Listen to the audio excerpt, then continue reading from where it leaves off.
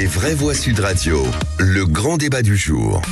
Le Hamas est un groupe terroriste dont l'objectif même est la destruction de l'État d'Israël. Le peuple français connaissait les horreurs du terrorisme.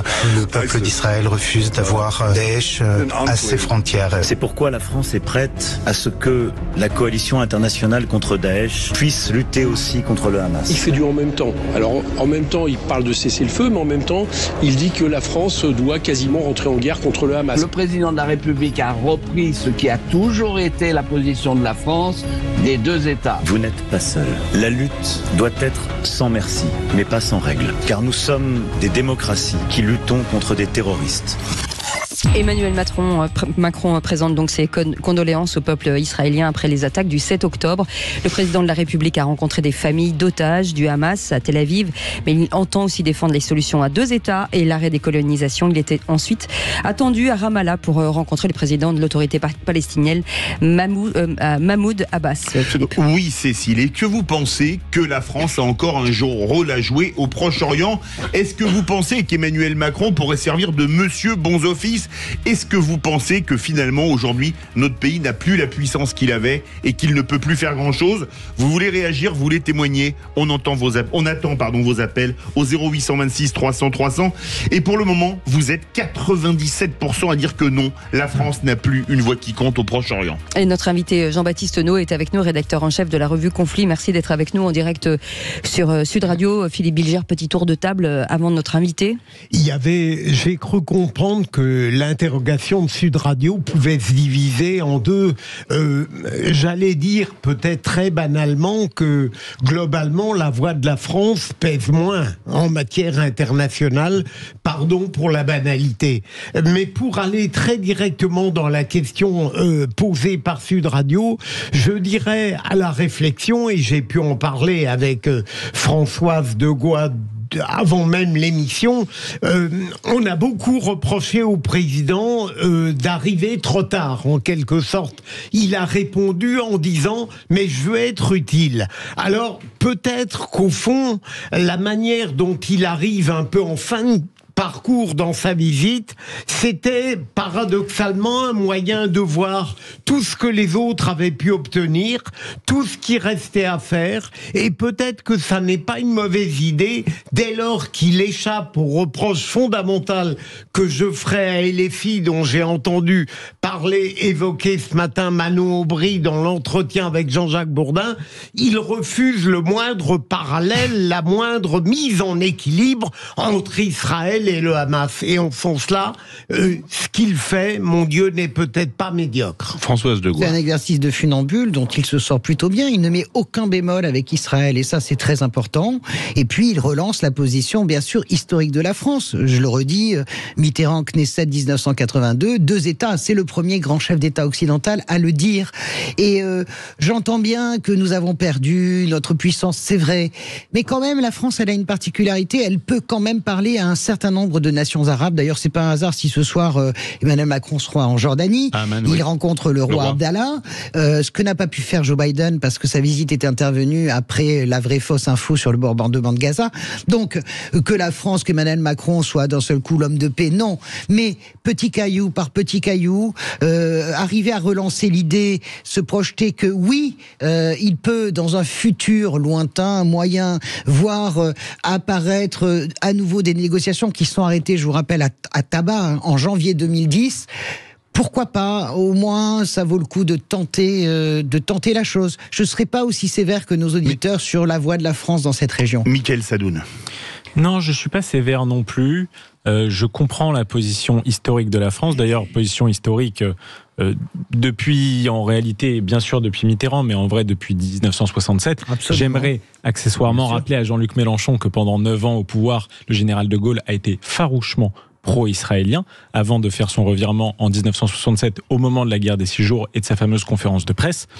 Ceci dit, la position de la France à deux États, j'y ai mis un bémol tout à l'heure, quels sont les interlocuteurs. La deuxième chose, c'est quel intérêt pour la France de tenir ses positions et cette politique plutôt pro-arabe depuis au moins 50 ans.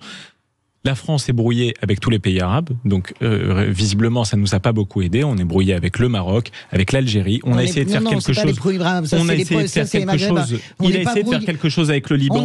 On a vu ce que ça a donné. Mais non, mais c'est le Liban, c'est l'Iran. La deuxième chose, je vais continuer. La deuxième chose, c'est que pour avancer vers la paix, quelles initiatives ont réussi? C'est plutôt les initiatives américaines, à savoir le soutien inconditionnel à Israël, avec le fait de rendre des territoires en échange de la paix, Camp David, Oslo, etc. Et puis la troisième chose, c'est dans le contexte de lutte contre l'islamisme, cette position parfois de nini ou d'entre-deux me semble un petit peu décalée avec les impératifs immédiat. Jean-Baptiste Noé, rédacteur en chef de la revue Conflit et éditorialiste Sud Radio, vous le retrouvez le vendredi. Qu'est-ce que vous pensez de ce qu'on dit les vraies voix déjà et du pessimisme des auditeurs de Sud Radio qui pensent à 97% que la France ne joue plus de rôle au Proche-Orient? La France continue à jouer un rôle au Proche-Orient et elle a un rôle à jouer. D'ailleurs, si Emmanuel Macron est présent, il est l'un des rares chefs d'État européens à s'y être rendu. La question, c'est plutôt quelle marge de manœuvre a-t-on? Parce que la solution à 2 États, par exemple, à peu près tout le monde est d'accord, sauf le Hamas qui veut éliminer Israël. Même la plupart des dirigeants israéliens sont d'accord, mais c'est comment on y arrive. Et en fait, si tout le monde est d'accord sur l'objectif à atteindre, c'est beaucoup plus difficile de trouver les moyens de l'atteindre. Donc, en Israël ou en Palestine, on est confronté à une sorte de casse-tête. On a beaucoup de mal à trouver les solutions pour atteindre l'objectif que l'on veut obtenir. Et c'est ça la difficulté. Emmanuel Macron ne peut pas y arriver tout seul. Est-ce qu'un dialogue peut être possible entre des partis dont l'une veut la suppression de l'État d'Israël et l'autre, je dirais, serait prête à discuter? Est-ce que ça n'est pas cette espèce d'impasse tragique qui fait que jamais nous ne pourrons régler ce conflit, puisque les deux ne veulent pas la même chose? Jean-Baptiste Noé. Tout à fait. Le Hamas veut détruire Israël. Donc là, il n'y a pas de discussion possible. C'est évident. En revanche, vous avez des Palestiniens, des groupes palestiniens, le Fatah, Abbas, qui eux sont pas du tout dans cette logique-là. Donc là, Israël peut s'entendre, la France peut discuter avec eux. Donc il faut aussi, comme dans toute négociation, voir quels sont les alliés potentiels et quels sont les ennemis irréductibles. Je suis d'accord avec absolument ce que vous dites. L'autorité palestinienne, d'ailleurs c'est la règle d'or pour signer les accords d'Oslo, a renoncé à la charte de destruction d'Israël. Donc le Fatah, c'est un interlocuteur. C'est pas parce qu'il a sombré dans la corruption depuis des années que ça n'est pas un interlocuteur. Je pense que le rôle des Occidentaux, c'est de faire émerger. De la même manière, la politique israélienne est totalement dégradée. Jamais un gouvernement n'a été aussi nul, avec des ministres absolument nullissimes et qui seront jugés très sévèrement par l'opinion et par d'ailleurs les commissions d'enquête parlementaires qui sont extrêmement sévères en Israël. Golda Meir a démissionné sur la guerre du Kippour et Sharon a démissionné en 82 après Sabra et Shatila de son poste de ministre. Donc c'est pas comme en France. Vous faites une commission d'enquête en Israël, dehors, toute Golda Meir que vous êtes. Donc je veux dire par là que c'est la question que je vous pose parce que dans le déplacement de Macron, on en a moins parlé, il a rencontré Yair Lapid qui est le patron de l'opposition israélienne qui fait union nationale bien sûr dans ces temps de drame, mais voilà, c'est assez intéressant de savoir qu'il y a aussi des personnalités, il faut aussi faire émerger des personnalités de la scène politique israélienne, parce qu'avec ces personnalités-là, on n'y arrivera pas. Vous êtes d'accord? Avant l'attaque du 7 octobre, il y avait d'importantes manifestations en Israël contre les projets de réforme de Benjamin Netanyahou, qui est de plus en plus fragilisé. Donc pour l'instant, ça a été suspendu par effet d'entente nationale face au drame qu'a vécu Israël, mais il y avait de véritables tensions politiques avant le 7 octobre, et ces tensions politiques n'ont pas disparu, et des comptes seront demandés à Netanyahou et à ses ministres. Et effectivement, il faut voir aussi un autre gouvernement israélien qui émergera probablement dans les semaines qui viennent. Oui. Allez, peut-être Mickaël avant Nicolas. Oui, alors bon, pour moi, c'est pas le moment de faire le procès politique de Benjamin Netanyahou. Je pense que ces procès sont un petit peu indécents dans le moment. C'est comme si on avait reproché, il y en a certains qui l'ont fait à François Hollande, d'avoir laissé entrer des convois de Syriens en France dans lesquels s'étaient glissés des terroristes.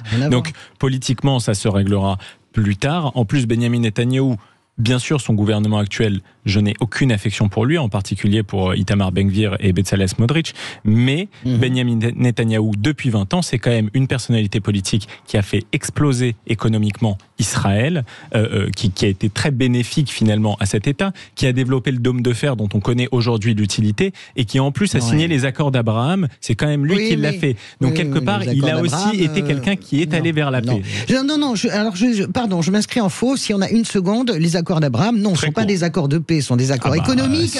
Mais c'est des accords. Quand les Émirats Arabes Unis soutiennent Israël face à ce drame, c'est la paix. Je suis désolé de vous le dire, les accords d'Abraham qui zappent complètement la question de la Palestine, c'est le problème d'Israël, c'est pas le problème de l'Arabie Saoudite, c'est le problème d'Israël, c'est le problème. Mais c'est pas Netanyahou qui a lancé les colonies, c'est Yitzhak Rabin. Mais c'est de régler ce problème de la Palestine. Donc à partir du moment où vous signez des accords dans lesquels la Palestine est complètement invisibilisée, mais qu'est-ce que vous voulez ? Bien sûr que ça marche pas. Donc bien sûr, mais Netanyahou pas plus que ses prédécesseurs. La colonisation a été lancée par Rabin. Je veux le rappeler aux voix de gauche quand même. Oui, et je rappelle également que c'est Sharon qui en plus a fait reculer les implantations. Alors en plus, bien sûr. Donc je connais mon histoire d'Israël. Je ne sais pas de problème là-dessus. Les amis, 0826 300 300 avec Christophe qui est avec nous. Bonsoir Christophe. Bonsoir Christophe.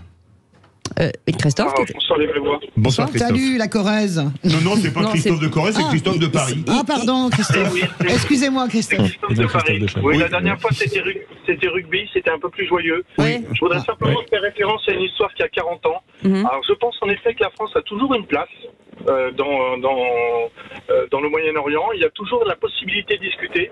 Simplement, il y a 40 ans, nous avons eu 58 soldats qui sont morts dans un immeuble qui s'appelait Drakkar. Ça était l'anniversaire hier. Exactement. J'en porte encore la douleur. J'ai perdu des amis. Je vous cache pas que depuis toutes ces années, j'ai toujours vu la France vouloir participer à la paix, d'autres vouloir participer à la paix. Malheureusement, nous avons en face de nous des peuples qui ne la veulent pas. Et pour faire la paix, il faut être deux. Et certains Palestiniens, en effet, ont peut-être voulu faire croire qu'ils voulaient la paix. Certains, comme Mahmoud Abbas, malheureusement, sont un exemple, malheureusement, de gens qui profitent un peu de la situation, ne construisent pas vraiment la paix. Le Hamas, évidemment, nous montre toute son horreur ces derniers jours. Je comprends Israël, je veux absolument qu'Israël puisse répliquer parce que nous avons perdu 30 Français, ils ont perdu je ne sais combien, malheureusement je n'arrive plus à faire le compte d'Israéliens qui sont morts. Avant de pouvoir faire la paix, il faut faire la guerre, il faut la faire vraiment. Voilà. Je voulais répondre, moi, une chose, vous avez raison dans ce que vous dites, mais le Liban, c'est le Hezbollah, et donc, autrement dit, c'est l'Iran. Le Liban ne peut pas s'en sortir, il est complètement gouverné par le Hezbollah.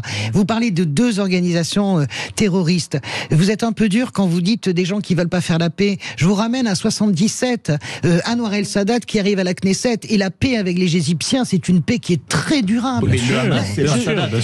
La paix avec les Jordaniens, c'est une paix qui est très durable. Ce sont des paix qui sont très solides. Donc, ne mélangeons pas, si vous voulez, les organisations terroristes qui, bien sûr, veulent détruire Israël et les pays arabes voisins qui avancent petit à petit aussi sur le chemin de la paix. Même Mahmoud Abbas, c'est quand même compliqué. Non, mais Mahmoud Abbas, au début, au début, Mahmoud Abbas n'était pas comme ça. On se souvient très bien. Donc, ça veut dire que récemment, il a dérivé. On fait tourner la parole, les amis. J'ai l'impression que c'est parce que, sous votre contrôle à tous les deux, que c'est parce que les pays arabes se rapprochaient d'Israël que le Hamas a notamment mis en œuvre cette barbarie. Oui, c'est l'un des motifs. Oui, l'accord d'Abraham notamment. Et nos auditeurs ont la parole au 0826 300 300 et c'est Nicolas qui est avec nous. De Corrèze. Avec Christophe de Paris, là c'est totalement Chirac. Paris, la Corrèze. C'est Chirac, oui, effectivement. C'est plus Chirac pour le coup. Vous portez de la même façon vos pantalons, j'espère. What do you want? You go back to my plane. Go back to France, is that what you want? This is not a method, this is provocation. Bernadette, on rentre. Allez, on y va. Nicolas. Donc moi je pense que Macron, encore une fois, a voulu jouer sur deux tableaux. Donc moi je pense que dès le départ, il aurait dû soutenir Israël, notamment en envoyant, par exemple, comme les Américains ou les Anglais, je crois qu'ils l'ont fait, en envoyant le porte-avions, histoire de montrer un peu de dissuasion et la puissance de la France. Il a attendu que ça se passe entre les Américains, les Anglais, etc. Et puis il arrive derrière tout le monde, et encore une fois, on sera humilié. La diplomatie française représente plus rien. D'ailleurs, il a réformé. Et puis encore une fois, on s'est tellement donné à l'Europe que la France disparaît petit à petit. Et si elle disparaît, c'est parce que nous avons tout donné à l'Union européenne et on continue. Nicolas, moi, vous trouvez vraiment que Emmanuel Macron n'a pas été franc et direct dans son soutien à Israël? Franchement, vous lui faites un mauvais procès. Oui, moi je trouve qu'il n'a pas été franc et direct. Il aurait été franc et direct s'il avait dit oui, je soutiens la vengeance d'Israël, et si moi j'apporte un soutien militaire, notamment avec pourquoi pas les porte-avions, les sous-marins, etc., pour montrer la puissance de la France et de la France. Seulement il a peur de sa population sur notre sol. Nicolas, on va redonner la parole à Jean-Baptiste Noé. Je vous rassure, le porte-avions Charles de Gaulle ne pouvait pas être envoyé puisqu'il était en cale sèche et qu'on n'a qu'un seul porte-avions. Donc le problème était réglé en cale sèche à Toulon. Ouais. Jean-Baptiste Noé pour répondre à Christophe et à Nicolas. Oui, alors, je trouve que le soutien a quand même été assez marqué, par tous les partis politiques en France, sauf LFI. Mais en fait, aujourd'hui, Israël n'a pas besoin d'avoir de soutien militaire. Ils savent très bien se débrouiller tout seuls et ils sauront gérer la situation militaire tout seuls. Et de toute façon, Israël n'a aussi aucune envie qu'il y ait des militaires étrangers sur son sol, parce que c'est une question de souveraineté et qu'ils veulent montrer qu'ils tiennent leur territoire et qu'ils n'ont pas besoin d'aide. Donc après, s'il y a des besoins ponctuels, on leur en donnera. Mais le problème, plutôt en écoutant le président Macron, c'est la question d'une coalition internationale. Oui. C'est assez curieux parce que le Hamas n'est pas du tout Daesh, ça n'a rien à voir en termes de structure. Et puis les principaux dirigeants du Hamas sont au Qatar. Et les financements du Hamas passent par l'Iran et le Qatar. Alors s'il appelle à une coalition internationale, est-ce que ça veut dire qu'on mène une opération militaire au Qatar pour des opérations de commando? Je suppose que c'est Jean-Noël, pardon, c'est vous qui êtes spécialiste par rapport à ça. Jean-Baptiste, pardon. On est d'accord que c'est plutôt, elle existe déjà, Chamal, la coalition, c'est plutôt des opérations commando, j'imagine. Non, des opérations commando, mais ça ne réglera pas le problème. C'est-à-dire que les dirigeants sont ailleurs, les financements sont ailleurs. Des opérations commando au Qatar. Laissez-le finir, François. Et donc, ça sera pas vraiment utile. Après, effectivement, les opérations commando, il est possible que Israël les mène dans la bande de Gaza, notamment pour délivrer des otages ou arrêter certains chefs. Mais encore une fois, Tsahal sait très bien faire ça. En plus, c'est leur territoire. Ils connaissent beaucoup mieux la bande de Gaza que nous et que l'armée française, donc c'est à eux d'agir sur ce terrain-là. Jean-Baptiste Noé, les États-Unis ont envoyé un deuxième porte-avions la semaine dernière et 2000 troupes de débarquement sont à proximité, qui sont arrivées du Golfe Persique, notamment du Koweït. Est-ce que pour vous, elles sont là juste pour montrer les muscles ou on pourrait les envisager comme troupes opérationnelles au sol ? Alors, la question, c'est effectivement pourquoi ils ont envoyé ça, parce qu'ils ne l'ont pas dit officiellement. Oui, mais ils l'ont fait. Pour ma part, l'interprétation que je fais, c'est pas tellement pour une intervention à Gaza, mais plutôt pour une pression sur l'Iran et pour montrer que en cas d'embrasement du conflit, en cas de développement dans la région, les États-Unis sont prêts à intervenir. C'est une manière de faire pression sur l'Iran pour éviter que l'Iran intervienne trop fortement. C'est plus ça qu'une aide ponctuelle pour l'instant à Israël. Merci beaucoup d'avoir été avec nous. Merci à nos auditeurs et merci Jean-Baptiste Noé, rédacteur en chef de la revue Conflit. Vous restez avec nous, on fait une petite pause et dans un instant le quiz de l'actu. À tout de suite.